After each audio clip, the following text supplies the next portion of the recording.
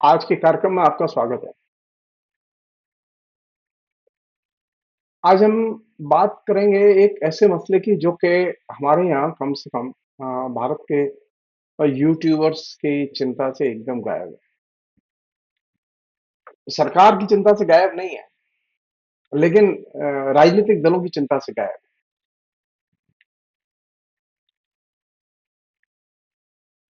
अभी कुछ दिन पहले रतन टाटा की मृत्यु हुई और उस रतन टाटा की मृत्यु के बाद बड़े पैमाने पर सोशल मीडिया में लोगों ने श्रद्धांजलि उन्हें तमाम किस्म के मानवीय दृष्टिकोण से चित्रित करने की कोशिश की और ये भी बताने की कोशिश की वो किस तरह से तो शानदार आदमी थे। और निश्चित तौर पर निजी तौर पर वो शानदार आदमी होंगे, मैं तो नहीं जानता।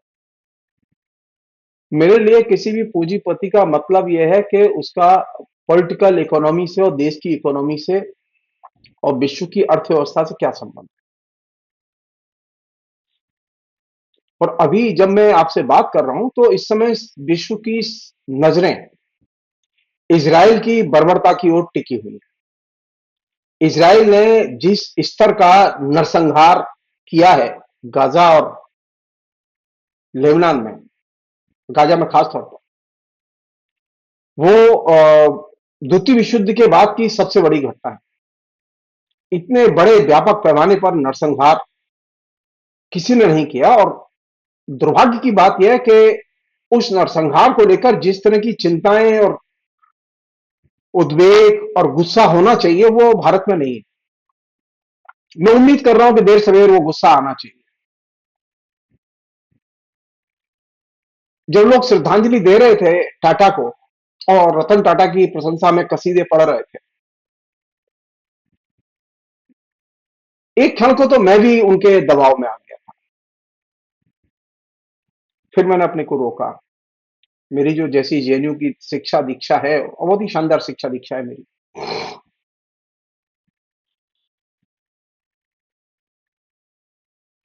मैं एक बहुत ही विनम्रता से एक तथ्य दर्ज करना चाहता हूं आपके बीच में।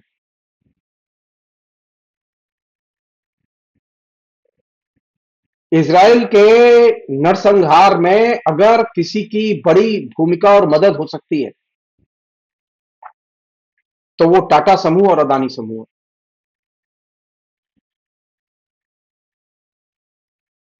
और उससे बड़ी भूमिका जिसकी हो सकती है वो हमारी देश की विदेश नीति है, जिसे मैं इन दिनों खासतौर पर इसराइल के संदर्भ में, इसराइल के साथ में हमारे जो रिलेशन है उसे मैं विदेश नीति में कोण कुष्ठ रोग कहता हूं। वो कोण की तरह है। वो विदेश नीति में इसराइल के साथ में हमारी रिलेशनशिप ये एकदम गलत और मानवीय पैमानों पर एकदम गलत।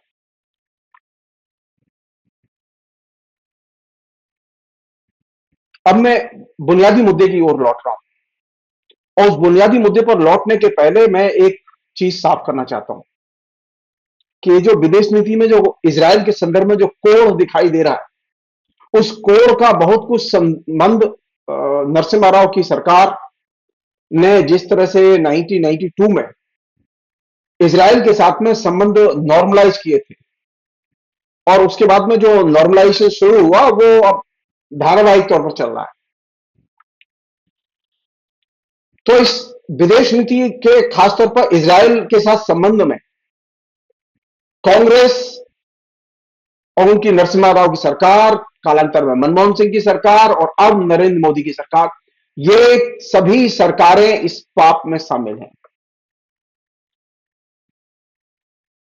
क्यों ये सरकारें ये पाप करती रही हैं और इसराइल के मासेकर की नीति का एकदम विरोध नहीं करती रही हैं और उसके बारे में उन्होंने एक दो टूक रवैया नहीं अपनाया, ये मेरी अभी तक गले में नहीं उतर रहा।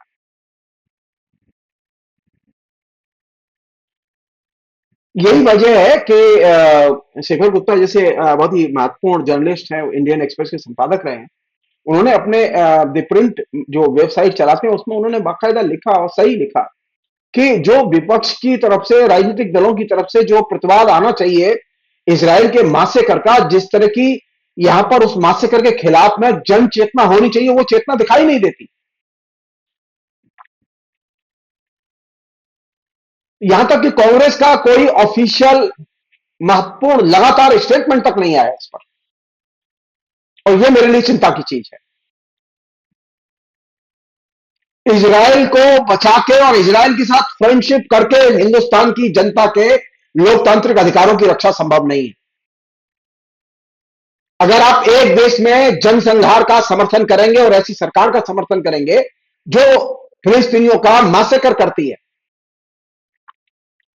फिलिस्तीनियों का नरसंहार करती है, वहां पर बच्चे, बूढ़े, औरतें बड़े पैमाने पर मौत के घाट उतार दिए गए। सीधे गोले लग के, बम के गोले लग के 45,000 से अधिक फिलिस्तीनी लोग मारे गए, जिनमें अधिकतर बच्चे और औरतें हैं। लेकिन हमारा खून नहीं खोल रहा है। पूरा का पूरा गाजा एकदम ध्वस्त कर दिया गया। ये वह गाजा है जिसको कि उसमें जो तबाही मची है उसकी कल्पना आप इससे कीजिए कि ब्रिटेन और अमेरिका ने 4 साल तक जितनी बमबारी करके मकान जर्मनी में नष्ट किए थे हिटलर के टाइम में, द्वितीय विश्व युद्ध के समय, उससे ज्यादा तबाही इसराइल ने फिलिस्तीन के इलाके में, खासतौर पर गाजा में मचाई है। इसके बावजूद हमारा खून नहीं खोल रहा। मैं तो ये कहूंगा कि हमारा खून नहीं है, पानी है। और जो लोग इजराइल की आरती उतार रहे हैं, आरएसएस के लोग, बीजेपी के लोग, उनसे हम साफ कहना चाहते हैं कि नरसंहार का समर्थन करके कोई पार्टी, कोई नेता बचा नहीं है।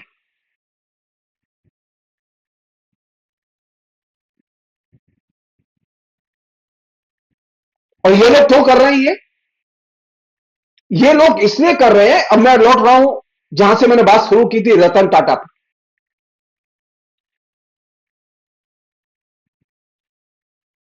रतन टाटा का जितना मानवीय चेहरा दिखाई देता है उतना मानवीय चेहरा नहीं है। मैं बहुत साफ कहना चाहता हूं। इसराइल के मैसेकर में रतन टाटा की कंपनी टीसीएस और दूसरी कंपनियों की बहुत बड़ी भूमिका है। ये भूमिका डायरेक्ट नहीं है, टाटा ने कहीं और टाटा की कंपनी के लोगों ने कहीं बम नहीं फेंके, लेकिन इनडायरेक्ट वो मासेकर में शामिल हैं। और ये चीज मेरे लिए और मेरे जैसे सैकड़ों, हजारों, लाखों लोगों के लिए बहुत पीड़ादायक है।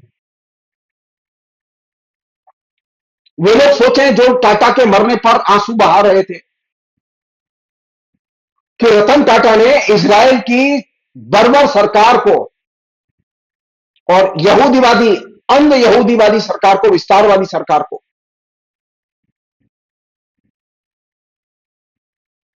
किस तरह से समर्थन दिया और काम किया, उस पर जरा सोचें। वे यूट्यूबर जो हिंदुस्तान में बहुत ज्यादा एक्टिव है, जिनकी करोड़ों में संख्या है, लाखों में संख्या है उनके दर्शकों की, वे लोग भी सोचें। कांग्रेस के विदेश नीति के संदर्भ में इजराइल संबंधी जो उसकी चूक है, इसको नजरअंदाज करके आप गाजा पर बात नहीं कर सकते, आप लेबनान पर बात नहीं कर सकते, आप इजराइल पर बात नहीं कर सकते। मेरा इशारा साफ उन लोगों की ओर है जो कि अंधाधुंध तरीके से कांग्रेस के पक्ष में वीडियो तैयार करते रहते हैं। मैं साफ कहना चाहता हूं, हमें हिंदुस्तान की जनता से प्यार करना सीखना चाहिए और हिंदुस्तान की जनता के अलावा दूसरे देश की जनता से प्यार करना सीखना चाहिए। और हमारे नेता जहां गलती करें उस गलती की तरफ उंगली उठा के बताना चाहिए।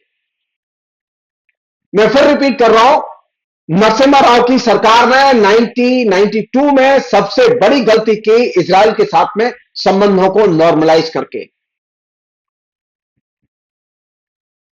विदेश नीति के संदर्भ में यह अक्षम्य अपराध है। यह वैसा ही अपराध है जैसे कि बाबरी मस्जिद जब गिराई गई तो नरसिम्हा राव की सरकार थी। नरसिम्हा राव के माथे पर दो कलंक के टीके लगे हुए हैं। एक, इजराइल के साथ में उनका विदेश नीति को नॉर्मलाइज करना, अपने भारत के संबंधों को नॉर्मलाइज करना, और दूसरा, उनके शासन में बाबरी मस्जिद का गिराया जाना।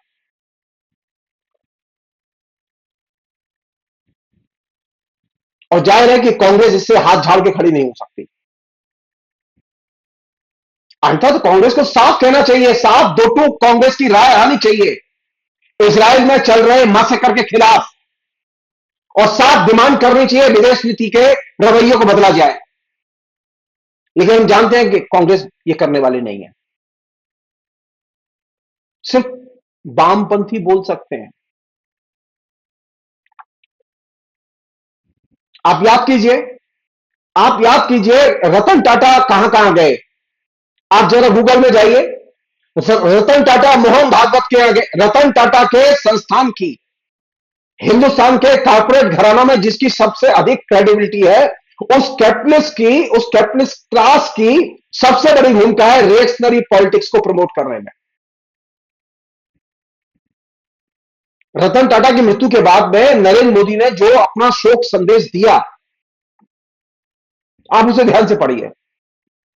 नरेंद्र मोदी ने लिखा कि मैं जब गुजरात का चीफ मिनिस्टर था, तो उस समय मैं नियमित, रेगुलर रतन टाटा से मिलता था, उनसे सलाह मशवरा करता था। आप याद कीजिए, रतन टाटा के साथ सलाह मशवरा करता है जो व्यक्ति, उसके शासन में 2002 का मासिव दंगा हो, मासिव दंगा भी कहना बेकार है, मासिव नरसंहार हो मुसलमानों का। रतन टाटा ने इसकी आलोचना नहीं की कहीं दंगे की। रतन टाटा इसके बावजूद मोहन भागवत के बुलाने पर आरएसएस के मंच पर गए, उनके शिविर में गए।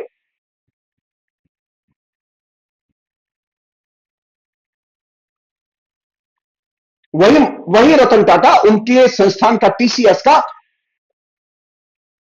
इजराइल के साथ में बहुत बड़ा व्यापारिक समझौता है और व्यापारिक खेल है।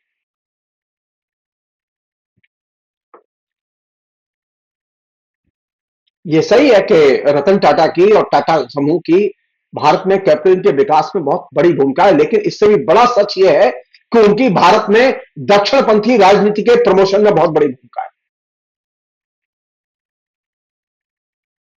यह सही है कि सरफेस पर अदानी आ गए हैं,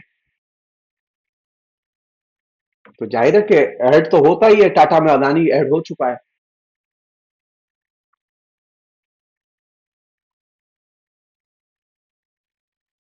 तो टाटा के जो दान धर्मादा के जो काम है, फिलेंथ्रोपी जिसे कहते हैं वो लोग, वो दान धर्मादा के जो काम है, वे टाटा के द्वारा किए गए शोषण और दक्षिणपंथी राजनीति के अपराधियों को उनके द्वारा दी गई मदद से छिपाया नहीं जा सकता।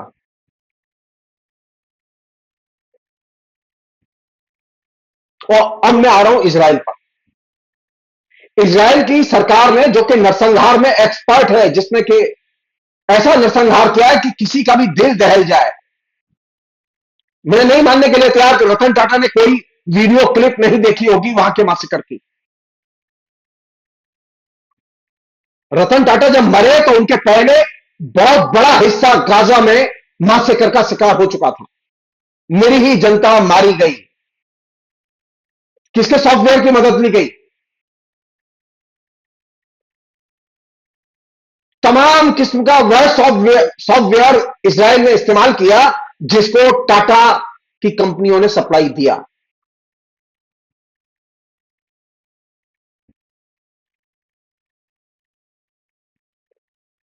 जिसे टाटा कंसल्टेंसी सर्विस कहते हैं,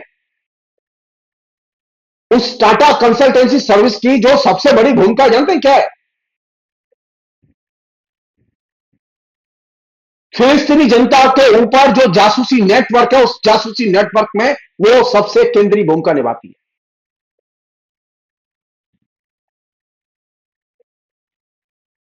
सो फिलिस्तीनी जनता की जीवन की संरचनाओं की, वहां के सिस्टम की संरचनाओं की जासूसी करके इजराइल की मदद करना, यह नरसंहार में मदद करने के बराबर है।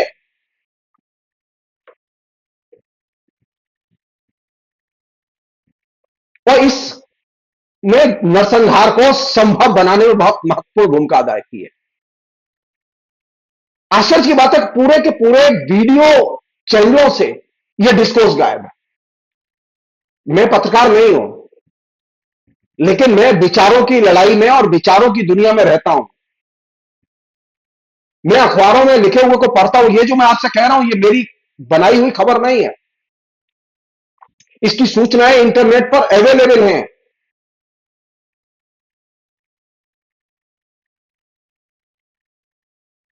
सवाल यह है कि भारतीय पूंजीपति इजराइल के मास्सेकर का समर्थन क्यों कर रहे हैं? क्यों शुद्ध मुनाफे के लिए जनता के ऊपर जो कत्लेआम कर रहा है उस शासन का समर्थन कर रहे हैं? पिछले दिनों न्यूयॉर्क में करीब 20 फिलिस्तीनी संगठनों ने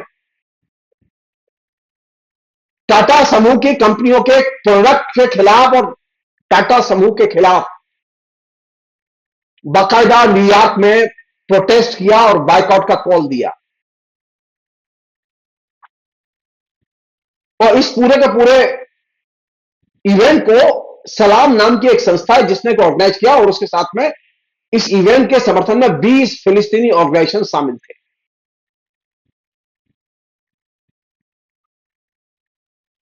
उनकी मांग थी कि टाटा और इजराइल के बीच में जो रिलेशनशिप है इसे एक्सपोज किया जाना चाहिए।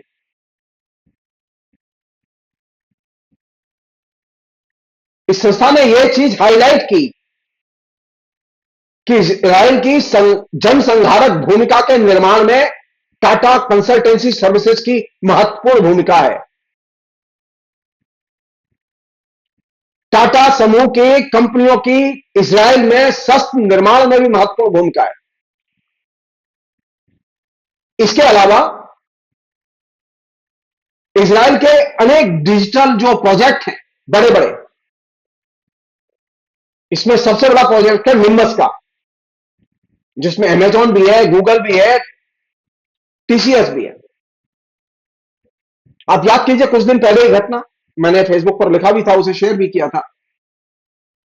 गूगल के और अमेजॉन के कर्मचारियों ने प्रोटेस्ट किया था कि निम्बस जो कि कोलैबोरेटिव प्रोजेक्ट है इजराइल के साथ में, इजराइल की मदद नहीं की जानी चाहिए। इस चक्कर में अनेक कर्मचारियों को गूगल ने और अमेजॉन ने अपनी नौकरी से निकाल दिया। लेकिन उन लोगों ने प्रतिवाद किया, बोले नहीं, हम मासेकर के लिए काम नहीं कर सकते। लेकिन भारत के महान रत्न और उस महान रत्न के महान सपूत जो टीसीएस में काम करते हैं, एक भी व्यक्ति ने इजराइल के मासेकर का विरोध करते हुए रिजाइन नहीं दिया, आवाज तक नहीं खोली, बयान तक नहीं दिया किसी ने। और तो और टाटा जो समूह है, वो टीसीएस है उनका, वो एक तरह से इजराइल की सरकार की तो मदद करता ही है, वहां के रक्षा मंत्रालय की बहुत बड़ी मदद करता है। और रक्षा मंत्रालय, सेना और सरकार, इनके जो क्लाउड में स्टोरेज है उसको संरक्षित, सुरक्षित और संप्रसारित करने का जिम्मा उसी के पास है।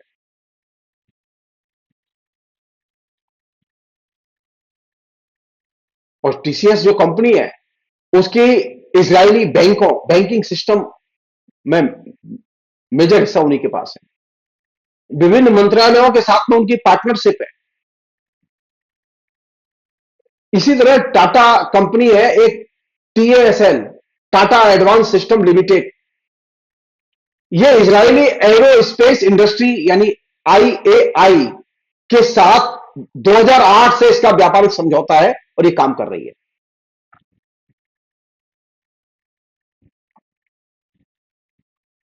दो 2008 से काम कर रहे हैं ये लोग, ये ध्यान रखिएगा। मनमोहन सिंह की सरकार थी, इस बीच में कई मास्सेकर हो चुके हैं फिलिस्तीनियों के।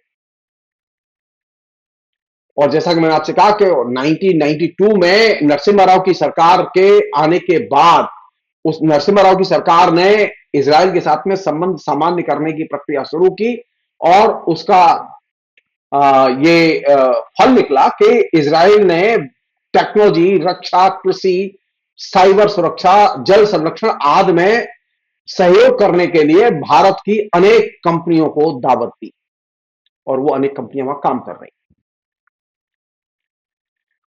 नरेंद्र मोदी के सत्ता में आने के बाद में शस्त्र उद्योग, शिक्षा और टेक्नोलॉजी, इन तीन क्षेत्रों में व्यापक समझौते हुए।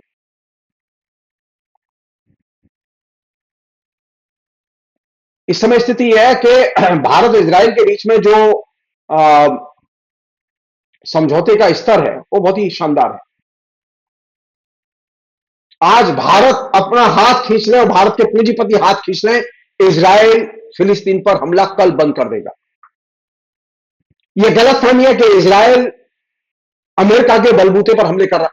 अमेरिका तो खाली बारूद सप्लाई दे रहा है, बाकी जो बेसिक काम है इजराइल की सोसाइटी को मदद करने का, इजराइल की सरकार को, रक्षा मंत्रालय को और दूसरे सेना को, इनको मदद करने का काम है, वो भारत की कंपनियां कर रही हैं। भारत और इजराइल के बीच में शस्त्रों की खरीद फरोख्त में तकरीबन 46% हथियारों का उत्पादन ये दोनों के कोलैबोरेशन से हो रहा है। और ये जो हथियार के कारखाने हैं ये पूरे देश में चल रहे हैं, इजराइल में। इनमें एक बहुत महत्वपूर्ण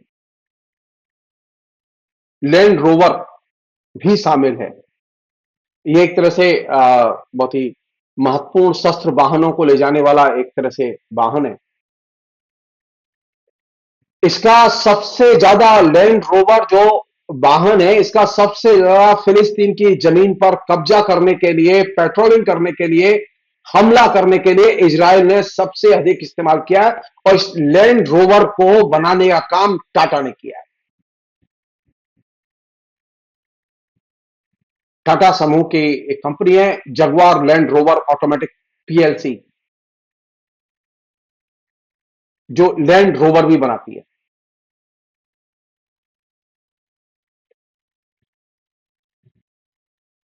आप सुन के थोड़ा सा चौंक सकते हैं, लेकिन चौंकिए मत, अपनी इंद्रियां खुली रखिए, फील कीजिए कि आपकी नसों में किस तरह से टाटा के प्रति प्रेम, अदानी के प्रति प्रेम, अंबानी के प्रति प्रेम उतार दिया गया और आप हिंदुस्तान की जनता, बाकी दुनिया की जनता इनसे प्रेम करना भूल गए हैं और आप पूंजीपतियों से प्रेम करने लगे हैं और शोषण से प्रेम करने लगे हैं और बर्बरता से प्रेम करने लगे। और यही वजह है आपको मोदी सबसे अच्छा लगता है और जो माफिया नेता है वो भी अच्छे लगते हैं। एक और चीज है, तथ्य के तौर पर मैं खाली मेंशन कर रहा हूं यहां, टाटा समूह के जो पूर्वज थे, रतन टाटा के जो पूर्वज थे, वो 19वीं शताब्दी में अफीम की खेती और अफीम का व्यापार करते थे। वो पुण्यात्मा नहीं थे और पिछले 75 साल में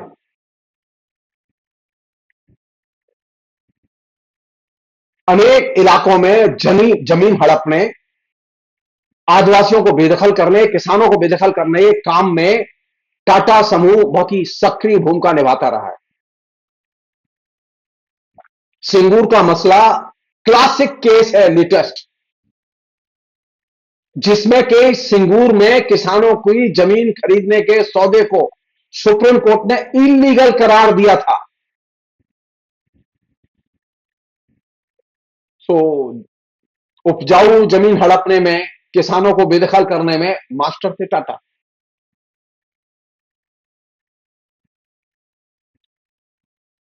टाटा की जो कंपनी है टीसीएस, जिसकी 2005 में स्थापना की गई, उस टीसीएस की इजराइल में ब्रांच है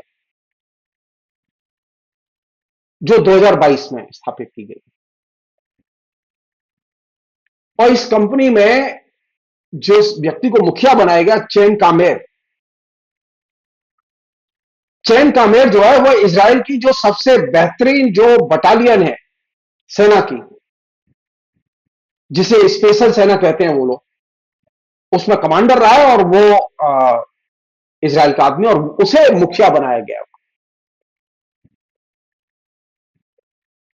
चेन कामेर जो है, उसे टेक इंडस्ट्री का 20 साल का एक्सपीरियंस है, और 15 साल से अधिक समय का उसके पास में टीसीएस का अनुभव है। तो टाटा के यहां जो आदमी काम कर रहा था, जो अभी भी काम कर रहा है, वो कौन है? इजराइल का भूतपूर्व सैन्य कमांडर। और इस व्यक्ति को, चैन कामेर को, न्यूयॉर्क में जो इनका कॉर्पोरेट ऑफिस है टीसीएस का, उसमें उसे 8 साल काम करने का एक्सपीरियंस है। टीसीएस का जो यरूशलेम के पास एक जगह है, पेताह टिकवा कंपनी इलाके में टीसीएस का ऑफिस है, जिसमें तकरीबन 1,000 के करीब कर्मचारी काम करते हैं। और यह कंपनी इजराइल के विभिन्न कामों में मदद करती है।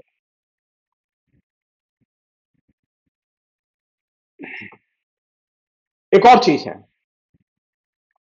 टाटा समूह के पास में इजराइल की सेना, रक्षा विभाग, बैंकिंग, जल, डिजिटल और क्लाउड, इन क्षेत्रों की सबसे अधिक जिम्मेदारी है। बुनियादी जिम्मेदारी इन्हीं के पास है।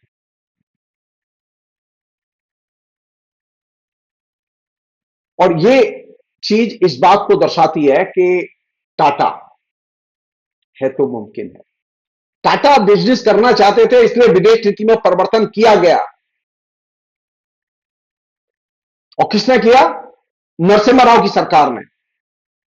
मैं उम्मीद कर रहा था कि नरेंद्र मोदी कम से कम एक काम तो नेक करेंगे, कि वे बार बार कहते हैं कि मैं कांग्रेस ने जो किया है उसे मैं नहीं करूंगा, लेकिन वो तो कांग्रेस के भी बाप निकले करने में, वो नरसिम्हा राव के भी गॉडफादर निकले करने में।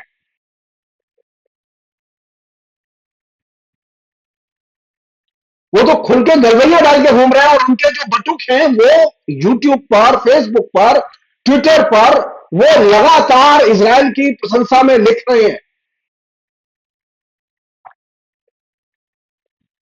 नरसंहार करने वाले शासन का समर्थन करना, उसकी प्रशंसा करना, उसकी किसी भी तरह से आलोचना से बचना, एक तरह से नरसंहार का समर्थन करने के बराबर है। आज तो मैंने अभी आपसे टाटा के बारे में बात की है, कल मैं आपसे अदानी के बारे में बात करूंगा। क्योंकि जो जिसे कहें कि मोदी की आंख का तारा तो अदानी है, टाटा तो मोदी के दिल में रहता है, क्योंकि मोदी टाटा से रोज मिलते थे। ये अब तो बात खुल चुकी है, और जब ये बात खुल चुकी है तो जाहिर है कि हमें देखना होगा कि नरेंद्र मोदी से टाटा प्रभावित थे या टाटा से नरेंद्र मोदी प्रभावित थे। मैं तो ये कहूंगा नरेंद्र मोदी ज्यादा प्रभावशाली है, उन्होंने टाटा को प्रभावित किया, और नरेंद्र मोदी की दक्षिणपंथी राजनीति के साथ में टाटा नाभिनालबद्ध रहे, और अंत में वे इजराइल के साथ में नाभिनालबद्ध हो गए। 2002 के मासेकर को याद रखिए आप, गुजरात के को। और नरेंद्र मोदी की फ्रीक्वेंट मीटिंगें याद रखिए टाटा के साथ, और उसके बाद में टाटा के व्यापार का एक्सपेंशन इजराइल में, और इजराइल का फिलिस्तीनी जनता पर जो लगातार बर्बर हमले हैं, नरसंहार हैं, उसे याद कीजिए। आप याद कीजिए कि 1992 के बाद कितनी बार मैसेकर हुआ है वहां, आप जाके लिस्ट उठाइए। भारत के पूंजीपतियों के हाथ इनडायरेक्टली इजराइल के जनसंहार में रंगे हुए हैं। इजराइल को जो ताकत आती है, वो कहां से ताकत आती है? इजराइल को ताकत आती है भारत के पूंजीपतियों से। इजराइल को ताकत अमेरिका के पूंजीपतियों से नहीं आती। इजराइल का सारा सिस्टम कोलैप्स कर जाए अगर टीसीएस वहां से विड्रॉ कर ले, तो कल युद्ध बंद हो जाएगा अगर टीसीएस बयान जारी कर दे कि नहीं, हम काम नहीं करेंगे। लेकिन उनके लिए तो मुनाफा महान है, जनसंहार जिसे करना है वो करे, हमें मुनाफा कमाना है। और ये जो फिनोमेना है, हमें मुनाफा कमाना है, जिसे जनसंहार करना है वो जनसंहार करे, ये फिनोमिना इस दौर का सबसे महत्वपूर्ण फिनोमिना है। तो दो चीजें हमें इस दौर में केंद्र में रखनी होंगी, जेहन में। कौन लोग हैं जो कि जनता के हकों पर सारी दुनिया में, हमारे देश में हमले कर रहे हैं? क्या उनके बीच में दोस्ती है? भारत के संदर्भ में देखें तो नरेंद्र मोदी और इजरायल के प्रधानमंत्री के बीच में गहरी दोस्ती है। आरएसएस के बीच में और इजरायल के बीच में गहरी दोस्ती है। रतन टाटा और नरेंद्र मोदी के बीच में गहरी दोस्ती है, और रतन टाटा और नेतन्याहू जो इजरायल के प्रधानमंत्री हैं, उनके बीच में गहरे संबंध है। और यह चीज स्वयं में इस बात की प्रमाण है कि हमारा पूंजीपति जनसंहार को पसंद करता है। हमें शर्म आती है कि हमारे देश में ऐसे पूंजीपति हैं जो जनसंहार का समर्थन करते हैं, इनडायरेक्टली जनसंहारक सरकारों की रक्षा करते हैं, उनके लिए काम करते हैं। और ये लोकतंत्र के लिए बहुत ही खराब चीज है। लोकतंत्र का इससे विकास नहीं, बल्कि ये लोकतंत्र बार बार इससे अवरुद्ध हुआ है। भारत में भी अवरुद्ध पड़ा हुआ है।